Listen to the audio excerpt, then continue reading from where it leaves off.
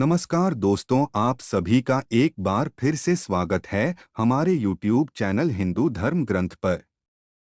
दोस्तों, आज हम लोग जानेंगे भगवान शिव से जुड़ी पूजा के बारे में कुछ अनोखी बातें। यह आप तो सभी जानते होंगे कि भगवान शिव को बेलपत्र बहुत ही प्रिय है। कहा जाता है कि अगर अब भगवान शिव को कुछ नहीं दे सकते तो कम से कम एक बेलपत्र चढ़ा देने से भगवान शिव आप पर प्रसन्न हो सकते हैं। तो आज हम लोग इसी के बारे में जानेंगे कि भगवान शिव को बेलपत्र क्यों प्रिय है। भगवान शिव को बेलपत्र क्यों चढ़ाया जाता है। आप में से कई भगवान शिव के भक्त होंगे और अक्सर शिवलिंग पर जल, पुष्प, दूध, फूल इत्यादि चढ़ाते होंगे, मगर क्या आपने कभी सोचा है कि बेलपत्र के बिना भगवान शिव की पूजा को पूर्णता नहीं माना जाता है। तो चलिए इसका कारण जानते हैं।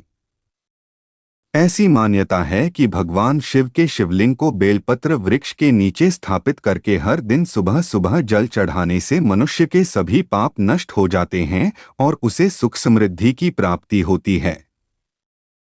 कहा जाता है कि शिव मंदिर के पास बेलपत्र के दर्शन या स्पर्श मात्र से ही मनुष्य का उद्धार हो जाता है। बेलपत्र के विषय में लोगों की यह मान्यता है कि जो मनुष्य पवित्र मन से भगवान शिव को 2 या उससे अधिक बेलपत्र प्रतिदिन अर्पित करता है, वह भवसागर से मुक्त हो जाता है। ऐसा माना जाता है कि भगवान शिव को अखंडित बेलपत्र चढ़ाने वाला मनुष्य मृत्यु के पश्चात भगवान शिव के परमधाम को प्राप्त होता है और वह जन्म मृत्यु के चक्र से मुक्त हो जाता है। शिव पुराण के अनुसार बिना खंडित बेलपत्र सिर्फ भगवान शिव को ही अर्पित किया जाता है। कहा जाता है कि श्रावण मास में 1 महीने तक 108 बेलपत्र भगवान शिव के शिवलिंग पर चढ़ाने से घर में सुख समृद्धि की वृद्धि होती। बेलपत्र में 2 से 11 दल होते हैं। बेलपत्र में जितने ज्यादा दल हो वह भगवान शिव की पूजा के लिए उतने ही श्रेष्ठ माना जाता है। प्राचीन काल में देवता और दानव ने दोनों मिलकर समुद्र मंथन किया था।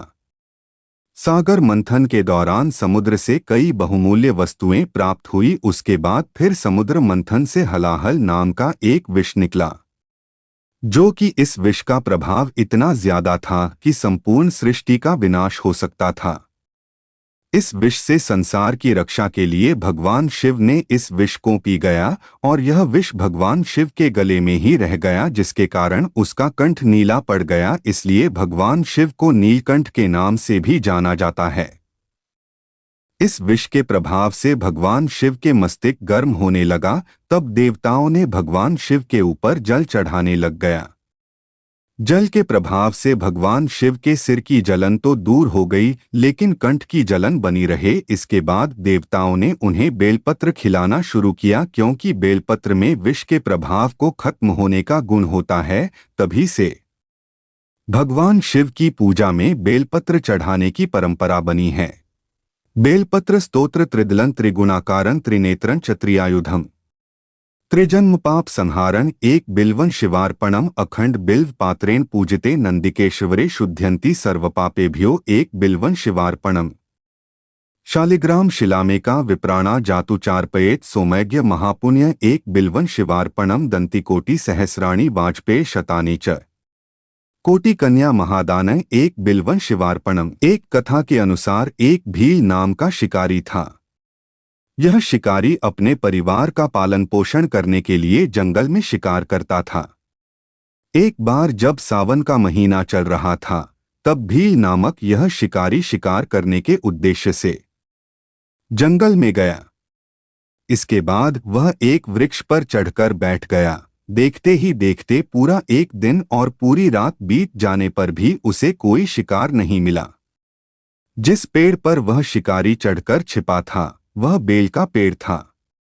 जब रात दिन पूरा बीत जाने के कारण वह परेशान हो गया और बेल के पत्ते तोड़कर नीचे फेंकने लगा। उसी पेड़ के नीचे एक शिवलिंग भी स्थापित था। शिकारी जो पत्ते तोड़कर नीचे फेंक रहा था वह शिवलिंग पर गिर रहा था और इस बात से शिकारी पूरी तरह से अनजान था। शिकारी द्वारा लगातार फेंके जा रहे बेल के पत्ते शिवलिंग पर गिरने से भगवान शिव प्रसन्न हुए और अचानक शिकारी के सामने प्रकट हो गए। भगवान शिव ने उस शिकारी से वरदान मांगने के लिए कहा और शिकारी का उद्धार किया। बस उसी दिन से भगवान शिव को बेलपत्र चढ़ाने का महत्व और अधिक बढ़ने लगा।